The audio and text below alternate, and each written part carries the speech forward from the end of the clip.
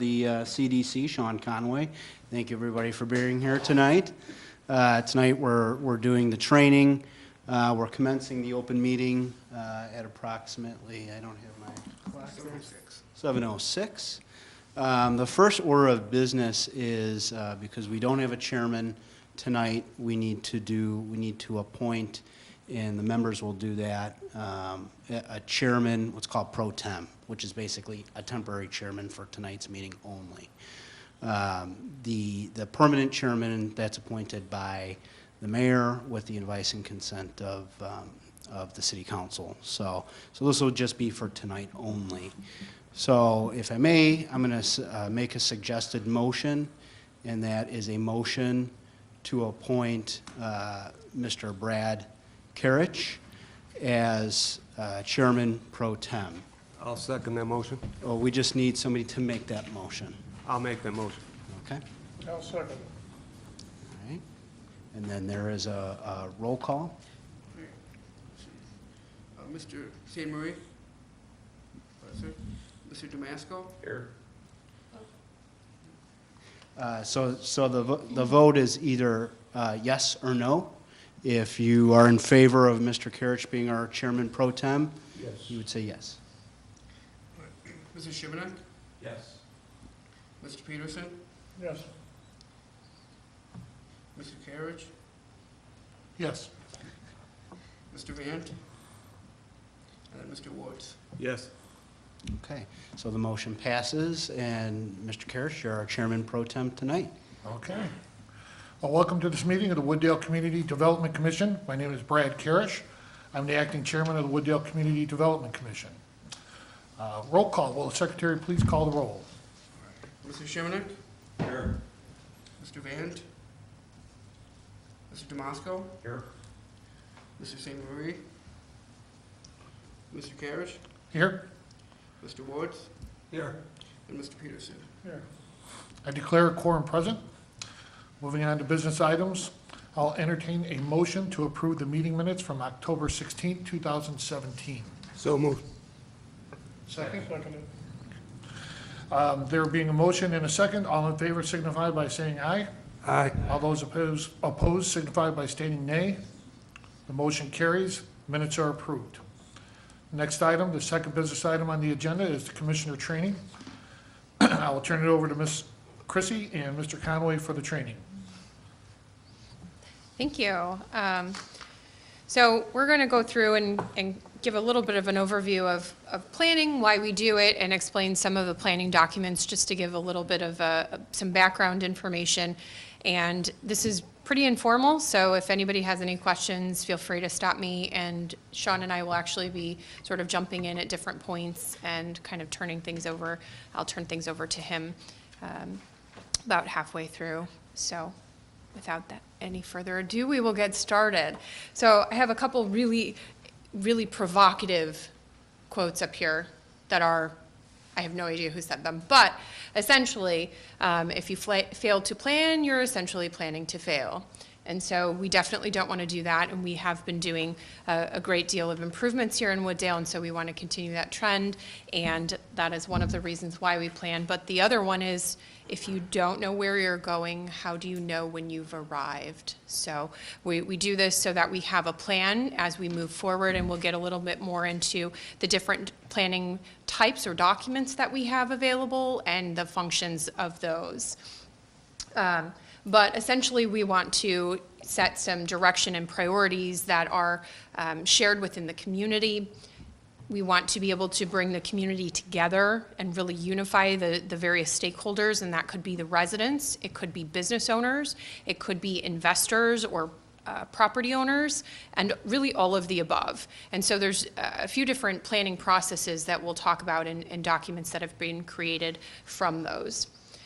It allows us to simplify the decision making. If we have an end goal, then we're able to more consistently make decisions that will get us to that goal, which is going to aid also in the alignment of resources. So for budgeting purposes and things of that nature, whether it's infrastructure improvements, whether it's identifying properties for redevelopment, those types of things. And then it also allows us to communicate the message, not only within the community to the residents and giving them an understanding of what we expect to accomplish within the community, but also for other investors and developers who are looking at our community saying, well, what is it that Wooddale hopes to achieve? What are we now and what do we hope to be? And so that helps us to communicate with them what our expectations are if they want to come in this community and either invest or develop a property. We'll go in a little bit more detail for the planning framework, but there are a few different types of documents that we'll touch on. The comprehensive plan, it really talks about overall growth, and either, in our case, it's really more redevelopment because we're relatively built out. We have very few vacant properties. And so what we're looking at as a mature community is the redevelopment of some of those perhaps underutilized or, you know, I guess sort of non-modern properties and how we can make better use of some of those. A neighborhood plan or a corridor plan provides more specific details of a particular area, so we can dive down a little bit deeper into the options for potential redevelopment or other improvements that we'd like to see in those areas. And again, just sort of creating this consistent framework for others to be able to understand what it is that we want to see, and again, getting that community buy-in. Regulations really outline the technical specifications that will help us to achieve those goals in either a comprehensive plan and or a neighborhood plan. And so those are things like lot coverage and height maximums and talking about the zoning districts and things of that nature. And we'll talk a little bit more about those as we get further along. Design guidelines are really optional.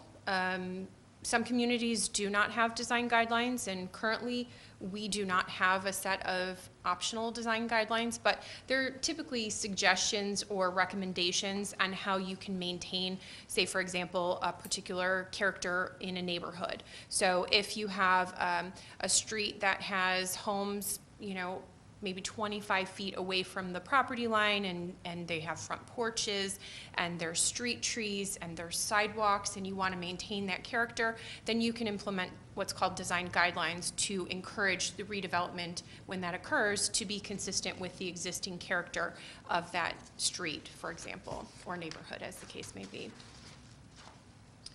So with respect to a comprehensive plan, it is, as it alludes to, comprehensive. It focuses more on the physical development, but it looks at every area, geographic area of the community, looks to try and tie in the aspects of perhaps transportation, infrastructure, and utilities, looking at perhaps stormwater detention, perhaps parking and access, looks at housing and recreation options. And so it does all of this, and because it looks at so many different facets of the community, it really is general in nature.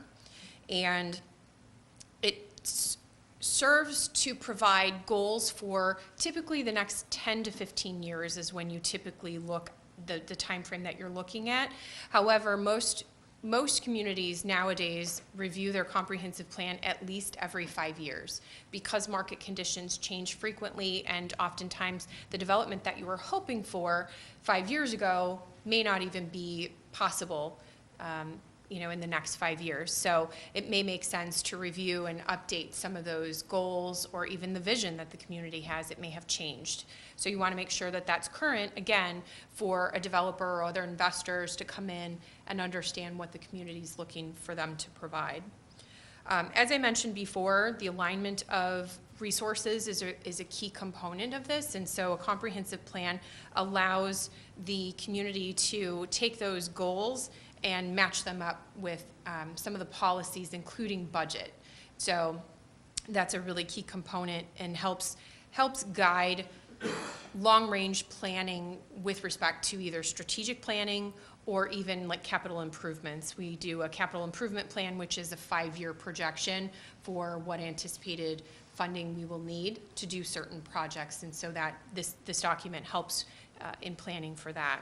And you know, lastly, it is a policy instrument. However, it is subject to change. And as I mentioned, with the reviewing it every 5 years, this is something where maybe in, a year after the plan is adopted, there may be some unforeseen circumstance or condition that that didn't exist when it was adopted.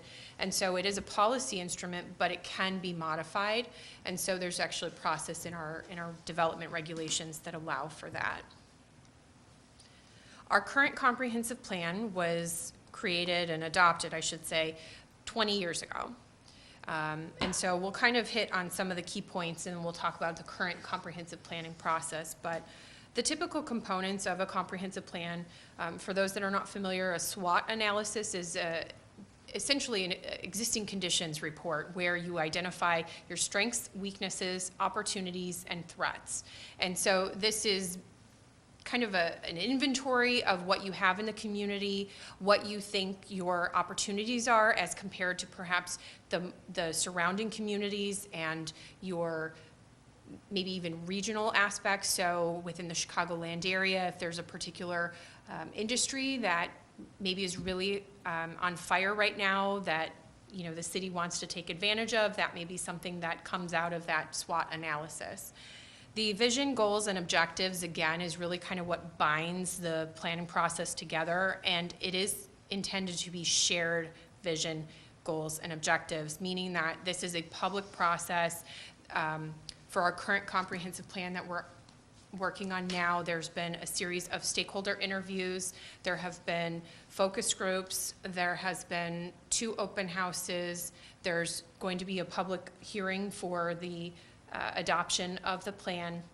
And so again, we're really looking to get the community involved and make sure that they feel as though they're part of the process, because ultimately what the community as a whole wants is the direction that we need to move. And so this document serves to try and kind of bring everybody together to create those shared goals. Housing is another major component. Some communities only want large lot or estate lot, single-family homes. Other communities would prefer to have a mix of some multifamily and single-family. And again, the SWOT analysis to identify, what is the current trend in housing is really important to understand when you're trying to plan out what should your housing stock look like. Because one of the big issues that we see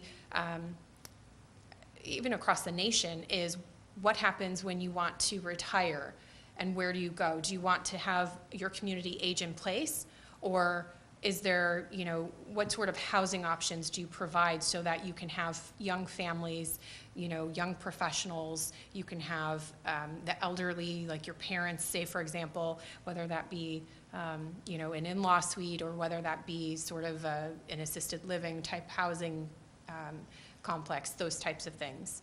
In terms of infrastructure, again, if you're looking to attract industry and things like that, you have to have the proper infrastructure in place. So these are all things such as transport, not only your street network, but also biking, looking at, water capacity and things like that are some of those components. In terms of recreation, looking at what sort of recreational facilities do you have, and in our case, it would be like the Park District, for example, and multiple park districts. It's not just Wooddale Park District, but trying to combine those efforts into a plan. And so we'll quickly go through. The future land use plan is always a component of the comprehensive plan. As I mentioned, the street classification, so looking at what types of streets and how do they function. The proposed truck routes impact then what sort of consequences or impacts it has on the residential, for example. So obviously you want to keep that out of the residential neighborhoods. System improvements for transportation. This is also important to look at, to identify where perhaps streets need to connect with one another. If you need, maybe look at traffic control signals, pedestrian crossings, things like that. Bikeway system, looking at how the current system interacts with the regional system and what sort of connectivity we have currently versus what we want to see. And then again, looking at the existing facilities, whether that be library or fire stations, schools, civic related facilities, and then utilities. In 2003, the city adopted a comprehensive plan supplement. And this was really more of a corridor plan. It looked at both the Wooddale Road corridor as well as the Irving Park Road corridor. And so while it says it was a comprehensive plan supplement, it really is one of those corridor or neighborhood plans that we had talked about. And so this is one of the areas that with the new comprehensive plan, we have integrated those sub-areas into the new plan. So the comprehensive plan we're working on now will have sort of those neighborhood or corridor areas already in there. The other major neighborhood or corridor plan that we currently have on the books is from 2009, and it's the Thorndale Corridor Master Plan. And for those that aren't familiar, this plan identified a corporate main street that would cut across what is now an industrial area. It would be, that corporate main street would be walkable, and it would have a transit center as part of the intended redevelopment. There were 3 conditions that this was based on. One was the extension of the Elgin O'Hare, which, as we know, has been completed up to Route 83. There was also an anticipation of the western access, which has not yet been defined in terms of time frame, although it sounds as though perhaps it could be closer. And then the third component, as I mentioned already, was the transit component, and originally that was intended to be light rail.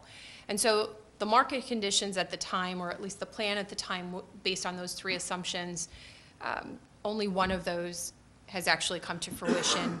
And so the council is looking at this area, just so that you're aware, to kind of hold off on that corporate main street for now and really focus on this area down here, which is the business park, and it's more of the industrial area. And the goal would be to try and consolidate or assemble some of the smaller properties for a larger scale redevelopment for industrial purposes. I should note that on the corporate main street, in addition to the transit center, there is an anticipation for lots of office, multi-story office, hotel, lots of parking garages. That's actually what you see here in terms of the gray boxes. These are all anticipated to be parking garages. And then there's also mixed use. So there's commercial intended to be such as small shops and you know, places like a haircut, hair salon and barber shop and dry cleaners perhaps, but then also some restaurants in there as well. So just wanted to remind you of that, because that's something that has been evaluated as part of the new comprehensive plan, and we'll see when that draft report comes out, which should be out very soon. We'll see kind of what those recommendations look like.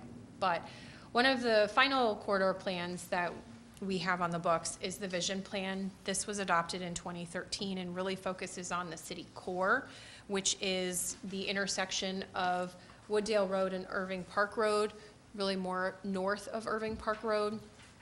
And the anticipation here was to create a community gathering space, and it would have a community garden and then a pavilion, have relocated the barn from the Historical Society, has a little adventure park for children to play at, and then this would also be for festivals, the ability to perhaps bring Prairie Fest back to this area. So we haven't seen a lot of activity in this area. However, this plan is still on the books and again is being considered as part of the comprehensive plan that's underway. And so speaking of that plan that's underway, we have already conducted an existing conditions assessment, and that report has been published on wooddaleplan.com. The community vision has been formulated and was derived from the feedback collected from a variety of those sources, but the community survey that was distributed, I think we had over 500 respondents to that, which is great. We had our first public open house where we evaluated the vision, and then we have a steering committee that looked at that as well. The brand development, the city decided to incorporate brand development in with a comprehensive plan because we had to meet with the same stakeholders anyhow. And so we just had an additional conversation about what the image of the community should be. And so they presented a positioning statement to the steering committee, and the consensus was to really focus on sort of the one unique asset that really stands out from the neighboring communities, which is a small town charm with international character. And we do have a number of global businesses within our industrial park. We have a very dense stretch of locally owned ethnic restaurants along Irving Park Road, and so that seemed to be a good fit. The logo, however, there was an evaluation as to whether or not we should refine the logo, and it was determined by the city council just a week or two ago that we'd retain the leaf outline image that you see on the new entry signs. The draft sub-area plans have been completed, and they're being compiled into the draft comprehensive plan, which, as I mentioned, should be actually released here pretty soon, and it'll be available on wooddale.plan.com, and we'll make sure that we send that out so that we can get public input on that even before the public hearing. But in order to adopt the plan, it has to come before the Community Development Commission for a public hearing, and we will then invite public comment on that plan, and then the CDC will formulate a recommendation to be forwarded to the City Council for their official adoption of that. In terms of the ability for the city to regulate development, it is primarily done through the Unified Development Ordinance, which is Chapter 17 of the code. That addresses zoning, it addresses stormwater management, and then it also addresses the creation of subdivisions. We also regulate development through Chapter 13, which is the sign code.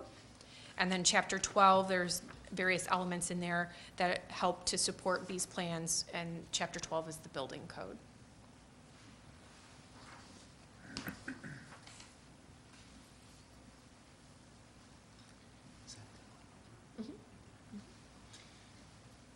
Again, Sean Conway, the attorney for this wonderful body. I just want to first start out and say thank you to all of you for your service. We understand, City Council understands that you're giving up your time, your nighttime away from your families to consider these applications for zoning relief, to listen to the applicants. Sometimes you're here at night, 2 hours. We try to keep things under that, but it just all depends on what's coming before you that night. So thank you again for your service. We truly appreciate it.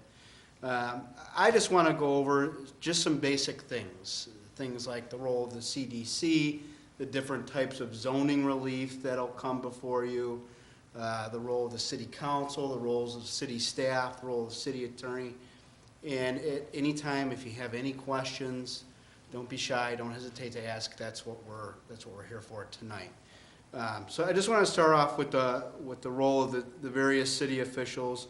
Of course, you're the CDC. You're what's called a recommending body. And basically, what that means is when you have an applicant come in for zoning relief, you're going to hear their testimony. You're going to consider their application. You're going to discuss amongst each other, and ultimately you're going to make a recommendation to the City Council. It's not binding. The city can go with your recommendation. The city can decide to deviate from your recommendation. But this, in my experience here as being the attorney, the City Council takes very seriously the recommendation of this body, because you're the ones that are hearing the applicants. You're here looking at the witnesses live, listening to their testimony, their veracity. So they really do take seriously your recommendation. Also, obviously, we have the City Council. They're the final decision makers. Their decisions are called, under Illinois law, legislative decisions. They pass them by ordinance. And if an applicant wants to challenge that decision, they don't do it through a traditional administrative review route, they would have to file a standalone lawsuit. It's very, very difficult to challenge a city council legislative decision on zoning matters. City attorney, I am your advisor. Typically, I'll sit up right next to the chairman. Any procedural questions that you have as the meeting is going along in terms of voting, any legal questions that you may have on the application, those questions can be directed to me during the meeting. The role of the city staff. I can't stress this enough to you. This, in my experience, both Kelly and Mo they are some of the best city staff I've worked with in my capacity as a legal advisor to zoning boards. They are very thorough. They know this code inside and out. They take a lot of time and effort to give you memos. They're very, as most of you have experienced, they're very detailed memos, but they provide so much detail because they want to provide you all the information you need to make an informed recommendation. Typically, at the end of the memo, their city staff will make a recommendation. And again, I would encourage you to take those recommendations very seriously, just because city staff they're tuned into the code. They know exactly what the code says. Well, and if I could add something, so our job as staff is to interpret the code that's adopted by the city council, and that's regardless of if we agree with the code or disagree with the code. Our job is to review the application against what the code allows and work with the applicant on the front end, so that hopefully when it gets to this body, then hopefully we've worked out those issues. And there are instances where staff is not going to recommend approval, and we've tried to work with them and perhaps given some suggestions on ways to meet code, and maybe they want to proceed as is, and so they have every right to do so. But our job is to try and talk to them in advance to make them understand what the code allows or requires. And then if they want to proceed without a recommendation from us of approval, we will still do that. So you may see, and I think that most of you have seen, where there's been, not many, but there's been a few instances where staff has recommended denial. And so we very clearly identify why that is the case. But just to reiterate that our function is to evaluate these proposals based on what the code provides. Yeah, and the other thing I want to add is, again, these memoranda that Kelly and Mo put out are extremely detailed and informative, and I'd encourage, and I don't want to speak for you, Kelly, but I would encourage, if you have any questions before the meeting about some of these items, because they can get really technical, I'd encourage you to reach out to Kelly or to Mo and say, hey, I'm reading this aspect of the memo, and I don't quite understand. Could you give me some clarity on that? I completely encourage you to do that, because once you come to the meeting, you'll have a better perspective. It just clears up some questions you might have beforehand. If there's a question that gets really legally tricky, Kelly will then reach out to me, and she'll say, hey, Sean, we've had this question. Can you give me some clarity in terms of the law? So next I'm going to cover just some aspects of what's called zoning relief. I mean, that's your primary function, is that you're going to hear folks come in saying, I need relief from your zoning code. One of those is called special use, and then we also have in here planned unit developments, which is a more complex version of a special use. A special use, just to kind of give you a thumbnail, it's a use that's allowed but needs special permission from the city council. So it's a use that can be, performed, but before that use commences, the city council must pass an ordinance saying, okay, we're going to grant you the special use. Also, what you'll be considering is changes to the, recommended changes to the comprehensive plan. Kelly touched on that a little bit already. And I just sort of gave you the thumbnail of the special use, and if you have more, Kelly. Yeah, I just want to, so just to give a couple examples so that we kind of all understand the special use. This is 238 East Irving Park Road. It came before the CDC for a special use because it was a secondhand fitness equipment store, and their zoning, if you could get, zoning was town center business, and so that is intended to be a walkable area for walkability and improving perhaps foot traffic to individual retail stores and things of that nature. And so this is an example of where staff recommended denial based on the interpretation of the code. CDC did find that, recommended approval on it, and then the council did end up approving this one. But that's where you'll see that if there is an instance, and we interpret the code in sometimes in a way that is the strict letter of the code. Your job then is to evaluate the standards for approval and determine if you agree with staff's recommendation or findings of those standards, or whether you agree with the petitioner if there is a difference. And like I said, we try and get it so that we come forward and staff can recommend approval of all of these, but unfortunately that just doesn't work out all the time. So this is just an example of where that didn't work out. As far as an example for a planned unit development, this is Central Park.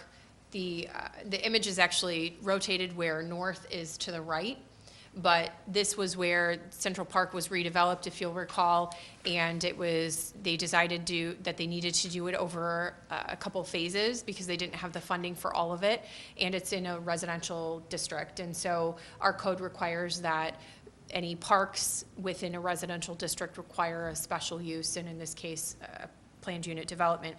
And so this one was recommended for approval by staff. We worked with the park district on this one to be able to get to a point where we were able to meet code.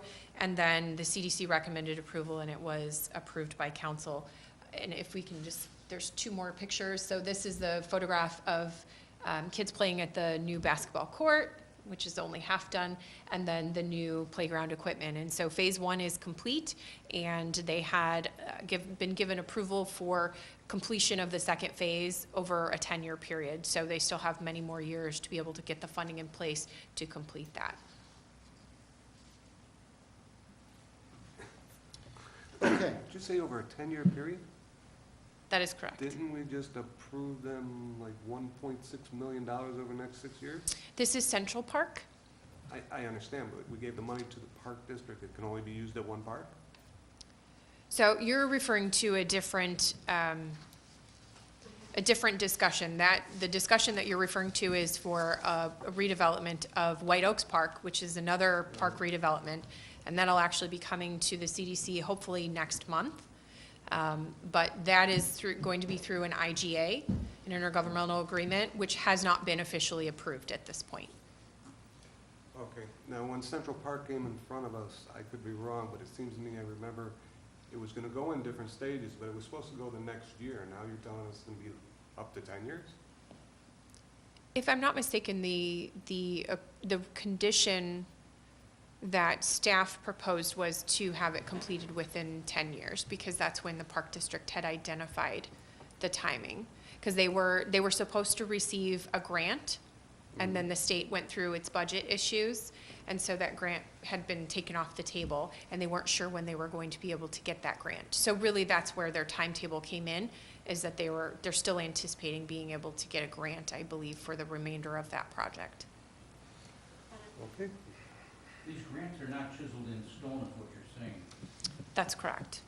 So, for example, when we got ripped on the bridge, which is one of my pet peeves, the walking bridge that we have, we were gonna get money from the state or whatever, and then all of a sudden it backed out, and we got stuck with the whole bill.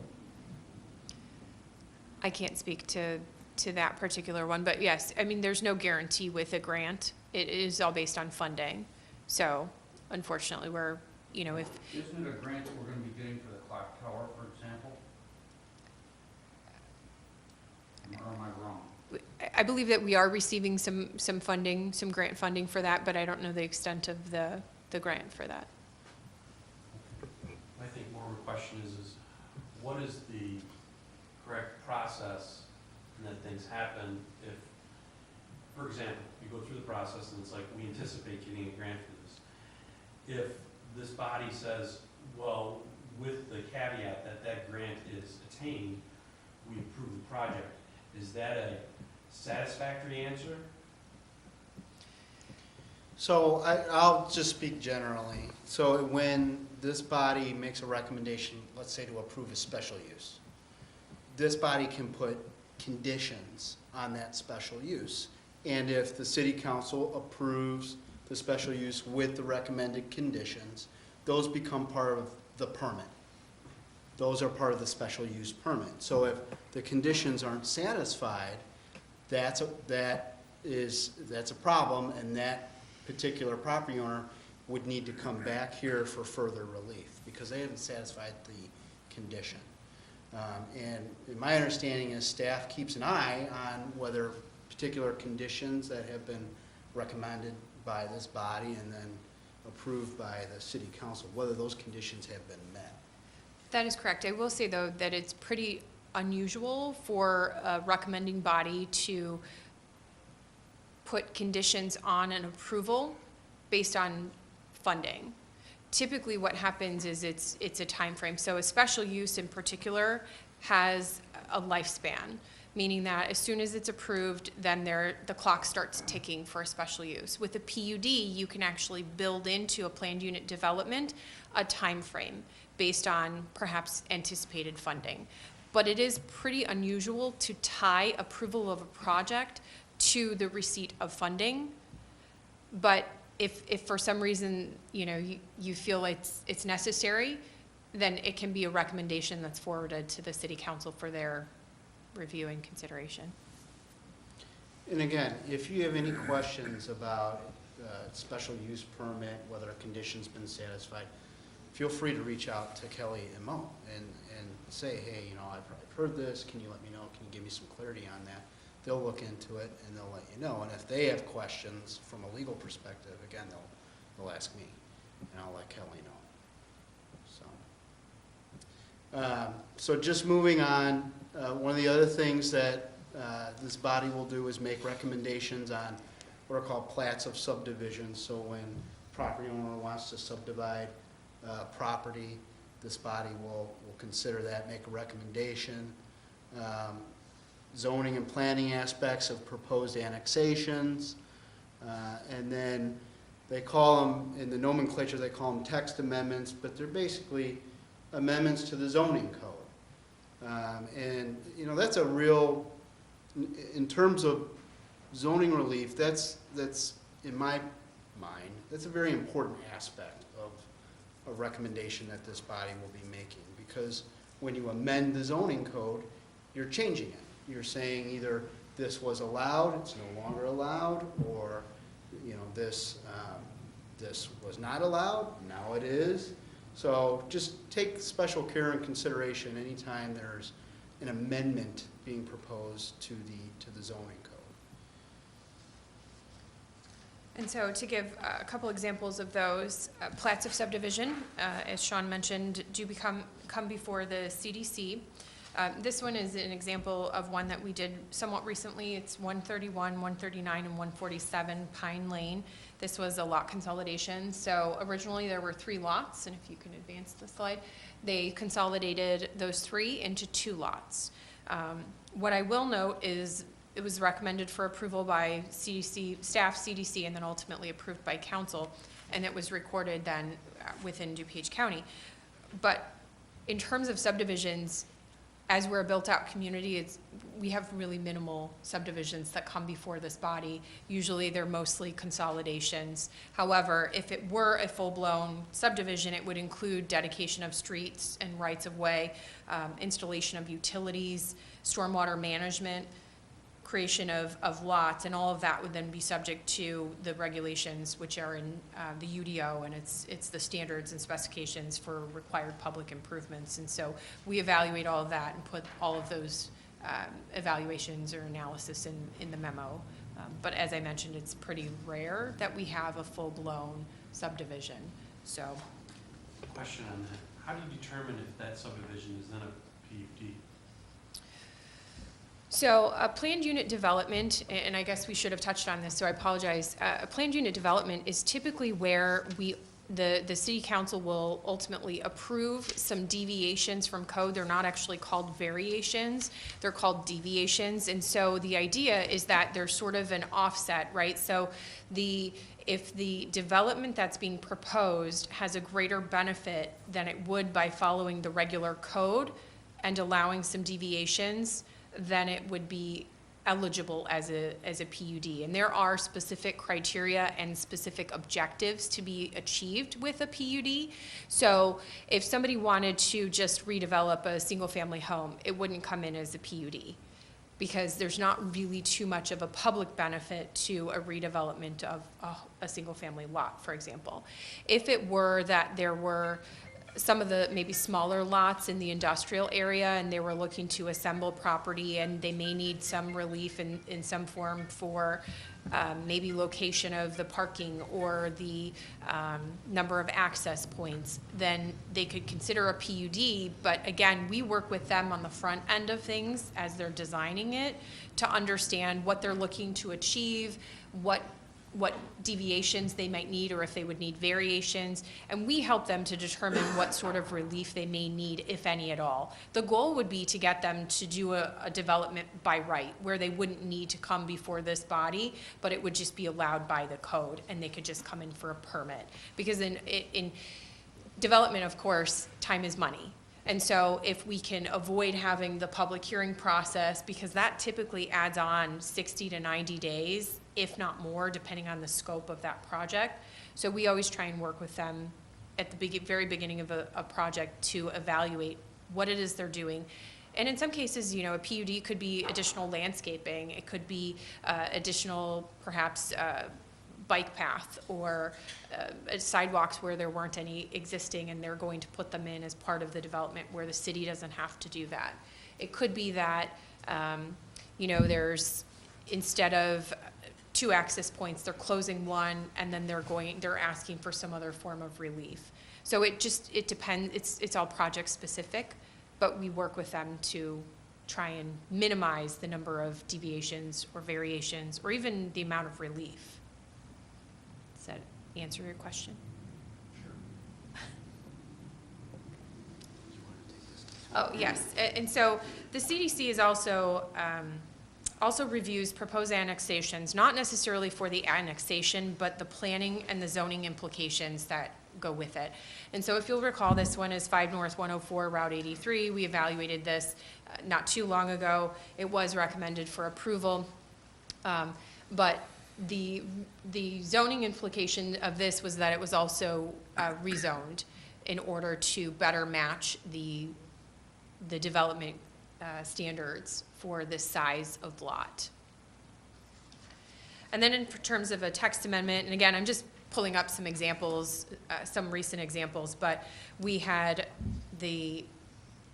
one of the businesses in town had proposed a text amendment to the tree preservation regulations because we did have really restrictive regulations.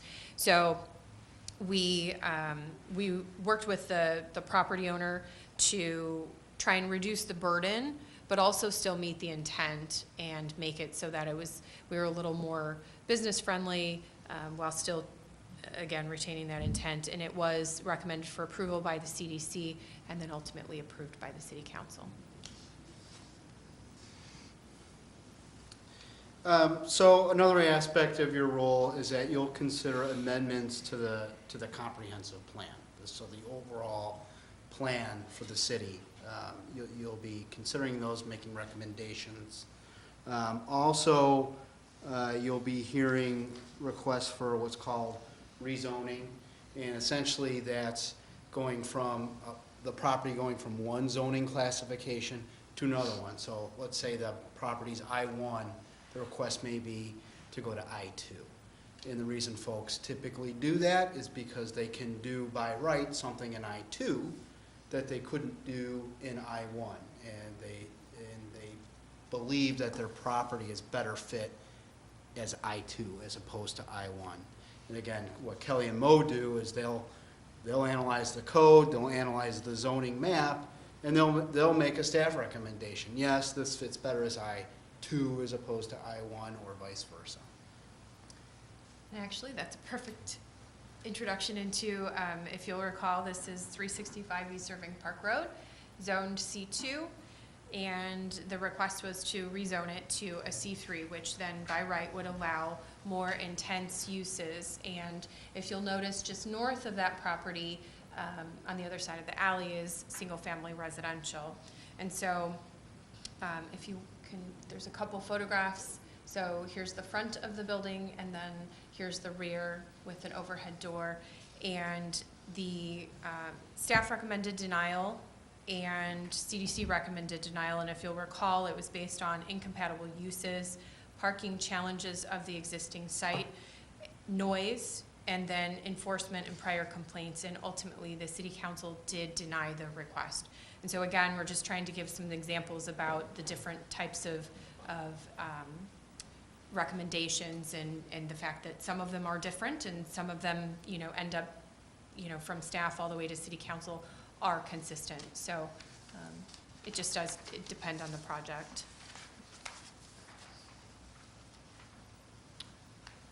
Okay, so the other type of zoning relief that you're asked to consider are what are called variations.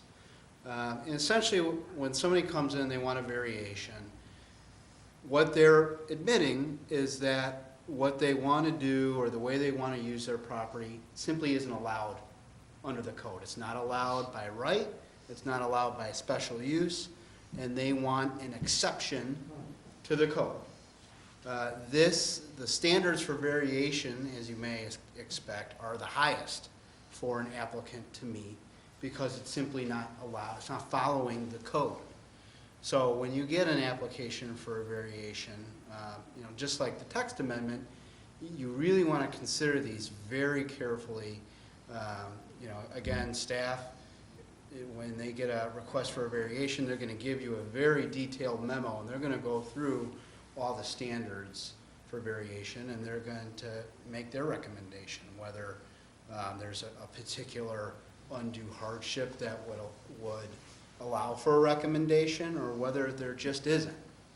And I don't know, Kelly, if you want to piggyback on that. I do, actually. If you can go to the next slide, we'll talk a little bit. If you'll recall, we've had 3 new industrial buildings recently that all came through to the CDC requesting height variances.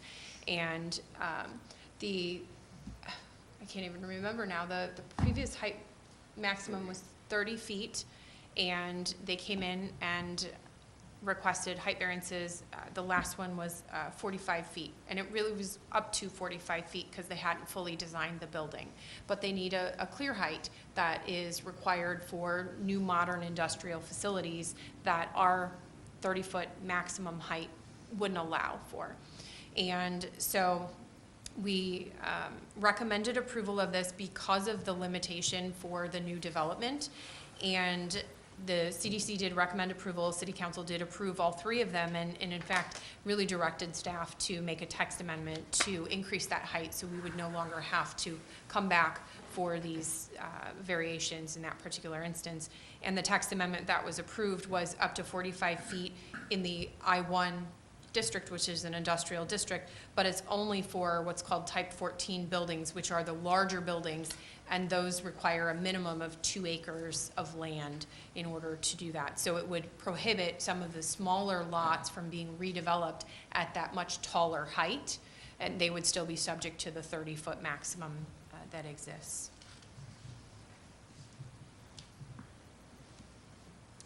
Okay, these are a couple other things. To be honest with you, this next one, since I've been here, I haven't had this yet. I don't know about you, Kelly. But if the development administrator, and that's here, that's Ed Cage, our Community Development Director, if he makes an order, there's an opportunity to appeal or get clarification of that order to this body. Again, it could happen. It's allowed under the code, but we haven't had that in a while. And then there's a catch-all other matters that are referred to this body by city council, you'll consider it and make a recommendation. I do just want to point out about the appeals. So it's highlighted here, but it's here and decide appeals. So what that means is if somebody comes and say, for example, we have denied a use because based on our interpretation of the code and our understanding of the code, we don't feel that it fits within that zoning district that they're looking to occupy, then that applicant could request a public hearing or a hearing before the CDC, and basically they're challenging that decision. And so then the CDC wouldn't be a recommending body in that instance, it would be your decision. So if you were to uphold the interpretation of the development administrator, or you would agree with the petitioner, that's then the end of the decision-making process for the city. Okay, this next section, this is just talking about the legal standard for making a recommendation for a text amendment. That's basically a change to the zoning code. It's a pretty broad standard. It's not a very high standard, but the standard under the law is the amendment is reasonable and bears a relationship to the public health, safety, morals, or welfare. So it just has to be rational in mind. It can't be completely irrational. Next, we have the special use standards. And I'm not going to go through all of these, but just know every time there's an application for a special use, Kelly or Mo in their staff memo, they're going to go through all the standards and going to give you a recommendation as to whether each one's been satisfied. Again, a special use, it's allowed, but there needs to be special permission. Yep. So one of the things I do want to call attention to in terms of the standards is and part of the motion when we make our recommendation in the staff memo is we have a suggested motion. And so if at any point the CDC does not agree with the findings that are made in the staff memo, then there needs to be a motion to accept the petitioner's findings, because ultimately the CDC has to adopt findings or to show that the standards either have been met or have not been met. And that's then the basis for the recommendation that you're providing to the city council. And so I know that we've sort of embedded that into the recommendation, but if at any point there is disagreement and the CDC does not agree with staff, then we would need to make sure that that's called out separately so that the correct findings are adopted as part of that recommendation.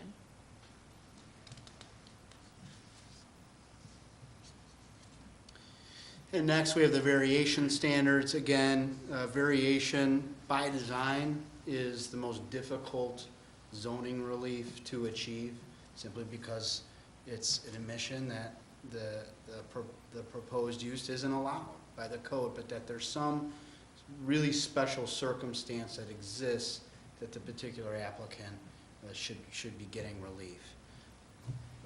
And one of the other things that I would want to note about the variances is typically variances are based on perhaps a physical characteristic of the property that doesn't exist on other properties, because self-imposed hardships are not really grounds for granting a variation. So if for some reason when property was developed, they decided to, at the time, maybe it was allowed and now they want to make a modification to something. If they inflicted that hardship on themselves, then technically it doesn't meet the standard for variation.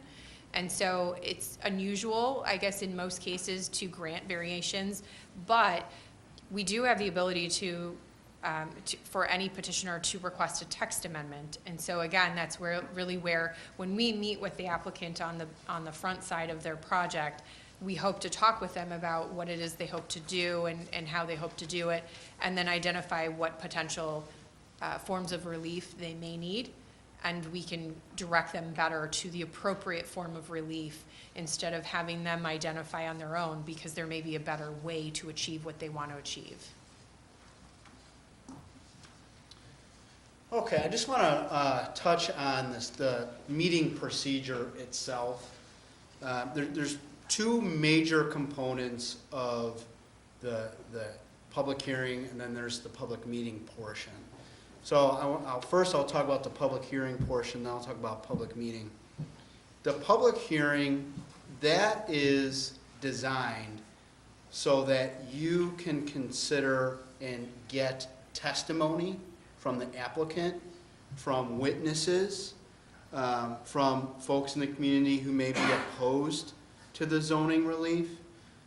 That is the opportunity essentially for you to listen to what's being requested or what's being opposed, and to ask questions of the witnesses. That's the primary purpose of the public hearing piece. At that time, there's really no deliberation amongst the members. That will come later. The public hearing is just to take in all of the evidence, all of the testimony. Once all that's been taken in, the public hearing portion will be closed, and then you'll proceed to the public meeting portion. That's the time when all the members deliberate and discuss amongst themselves. And it's done in an open meeting, but that's where you will debate the merits of the zoning relief. Kelly, do you have something to add to that? I do. I just want to make a note that the public hearing legally has notice requirements, and our code has those same, we actually go above and beyond what's required by state statute. So we have to publish a notice in the newspaper 15 to 30 days in advance of a public hearing. We have to notify the adjacent property owners within 300 feet of the subject property, and then we also post a sign outside on the subject property. And so we do all of that prior to bringing it forward for a public hearing, but that is part of the reason why there's a length of time that has to pass, because we have to provide proper notice. The other thing I did want to remind everybody is that once a public hearing is closed, then no additional testimony can be provided. So if at any point the CDC doesn't feel like there's enough information, you can always continue a public hearing to get more information, but once you close the public hearing, then no further testimony can be provided. So if you're looking, if for example there is a development and they didn't provide a traffic study, but you feel like you really need a traffic study in order to understand the impact on the adjacent neighborhood, then you would need to request that information as part of the public hearing and then continue the public hearing to then the next meeting date. Or if for some reason it was going to take them a long time, then you could work, we could work on a date to continue it to. But you want to make sure that you don't close a public hearing if you're missing information or if you don't feel that they've satisfactorily answered your question, if you want to give them an opportunity to come back and provide some information for you. Yeah, and one of the things that I see happen, and it's common, particularly when the deliberations start, when one of the members has a really good question that the other members, think, oh, I didn't even think about that. Sort of the instinct is then to want to get more information from the applicant. The problem with that is the public hearing's been closed at that point. So you really do want to make sure if you have any unresolved questions about the application, make sure you get them in. And like Kelly said, you can always continue, keep the public hearing open, and you can always continue it if you feel like you need more information from the applicant. And in my experience, the applicants are coming to you for relief. So if that means they have to go another month, a lot of times applicants are willing to do that because ultimately they want the relief. So I think they want to work with you just as much as they want the relief. This is just letting you know when public hearings are required. There must be a public hearing for any changes to the zoning code, an application for a special use permit, the variation zoning relief, and then the rezoning. All of those aspects of zoning relief, it's required by state law to get a public hearing.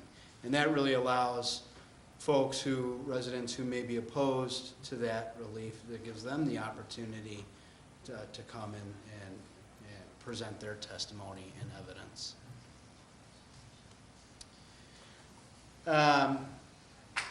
The next thing we have here is just the chairman's role. What the chairman does, the chairman doesn't have a special vote or supermajority. All the chairman does is run the meeting, is typically call for the motions. Our past chairman, who had been a chairman for a very long time, had his own special way that he did things. But typically, when the chairman is running a meeting, the chairman will call for a motion as opposed to making the motion himself or herself. So the chairman will say, do I have a motion to approve the minutes? And then one of the members will say, so moved. There'll be a second discussion and then a vote. And again, that's the motion procedure. A motion's made, second discussion, roll call. Some of the common motions: motion recommend approval of the zoning relief, motion to table, motion to recess, continue. Motion to table and continue are essentially the same thing. Motion to adjourn, obviously, is to call the meeting to a close. We just have some other helpful tips. These are things to think about. The top one is called ex parte contacts. What that means is when there is a pending zoning case, it's important for you to be cognizant of getting contact from the applicant outside of the hearing, because you want all of your deliberations to be based on what's in that application and all the testimony at the hearing. You don't want any of your recommendations to be based on things that you've heard outside of the meeting. And if there are those contacts, that could be subject to a legal challenge. Now, the best course of procedure is if there's an ex parte contact that you're questioning, would affect the legality of the proceeding. That's something you definitely want to let Kelly know so that she can let me know so that we can examine the issue. Sometimes that calls for a recusal in that particular matter. Sometimes if it's just a question, hey, when's the next meeting? That's okay. That's not going to require your recusal. So if you have any questions at all about it, just get in touch with Kelly. She'll get in touch with me. We'll analyze it on a case-by-case basis, and I'll give you my legal recommendation. Conflicts of interest, that typically comes up, like, for example, if you were the applicant for the zoning relief, obviously you couldn't sit up on the dais and make a recommendation as to your own application. That would be a direct conflict of interest. That's probably the easiest one. Kelly, I don't know if you've had any more in your experience. Well, and other conflicts of interest may be, trying to think of, I can't think of a good one. But Yeah. there's other that are perhaps a little more gray, right? So that's very clear that there's a conflict of interest. In some cases, there may be a perception of a conflict of interest, and so if you're concerned or have a question about that, you can always come talk to me, and we can confer about, what the proper course of action might be to be able to move forward and not affect the public hearing. And like Kelly said, it can get into very gray areas. So if you have any question about it at all, just reach out to Kelly. Again, she'll contact me. We'll analyze it, and then we'll give you our recommended approach. Impartiality, that's just don't prejudge a matter, before you've heard all of the testimony. Give the applicant a chance to make their presentation. Give folks who may be opposed to the zoning relief their opportunity to voice their opposition. And then at the end, you're going to consider it all. So stay away from prejudging a particular application even before you have considered the evidence.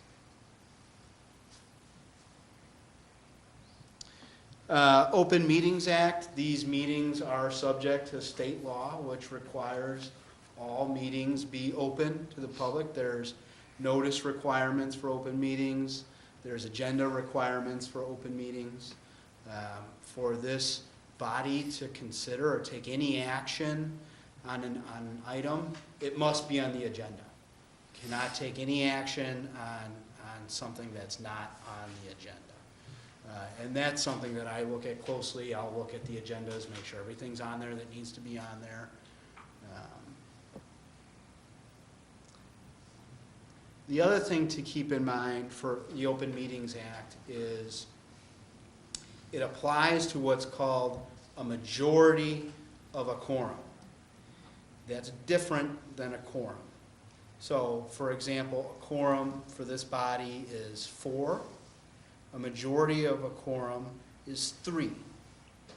So, what the Open Meetings Act prohibits is conversation outside the public meeting of 3 members on an item of public business. So keep that in mind. The best advice I can give you is don't talk to each other on these matters outside of the meeting. If you have a question, contact Kelly. She'll help you out. But all your deliberations with each other should be in the open meetings context. Do you have anything else on that, Kelly? Well, and I just want to note that this applies to not only before the public hearing, but also if a public hearing is continued, for example. If you go out to drinks afterwards and you want to kind of talk about things that happened in the public hearing, you really shouldn't be talking about it if you have more than 3. As Sean mentioned, it's really just a good idea not to discuss it outside of the open meeting to avoid any potential issues. The next slide is just training. So I know we have one newer member, one brand new member. So the requirement is that you do Open Meetings Act training. We have it's the Attorney General's website. You do the training. You submit your certificate that you've done the training. It's just, it's actually pretty informative, I think. Sometimes if there's, If we've done this before, how long is it good for? when have you done it? In April, last year? Or a year and a half ago. For another School board. school board, okay. Well, I'll talk to you after the meeting. We'll talk about that.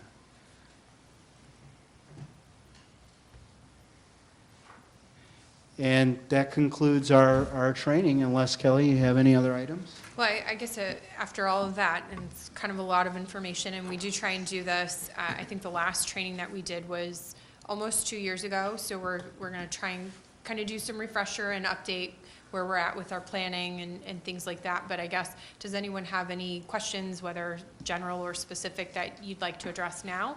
Or we can always wait until something comes up and we can address it then, so.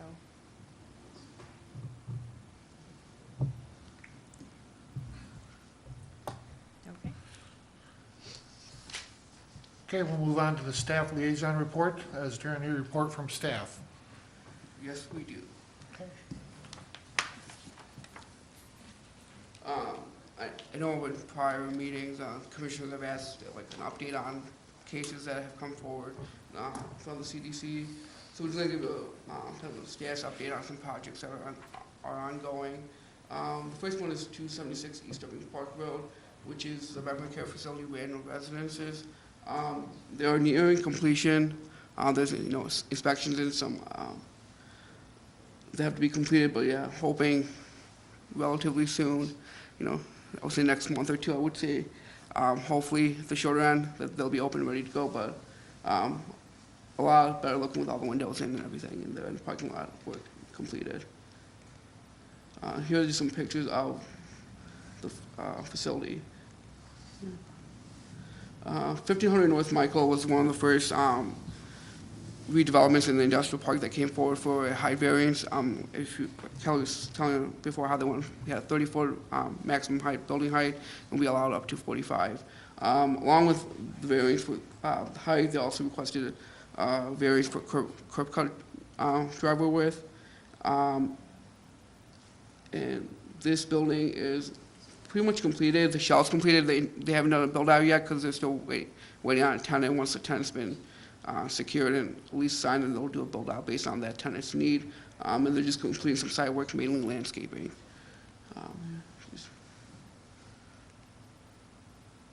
This is 1555 Middle. It came forward to CDC for height variation, and then I believe that might have been actually. And also they had a text amendment for the Bill 2 line.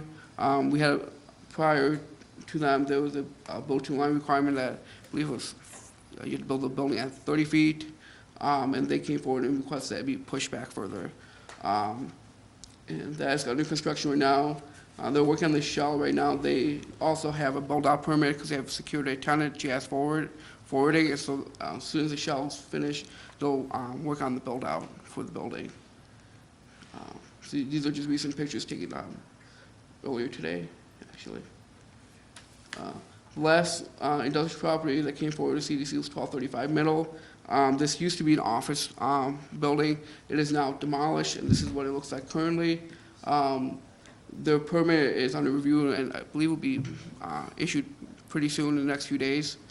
And just as a reminder, this is what the proposed renderings of the building is going to be once the shell is constructed. Some more images, and that is it. Okay, is there any other business? There being no further business, I'll entertain a motion to adjourn. Second.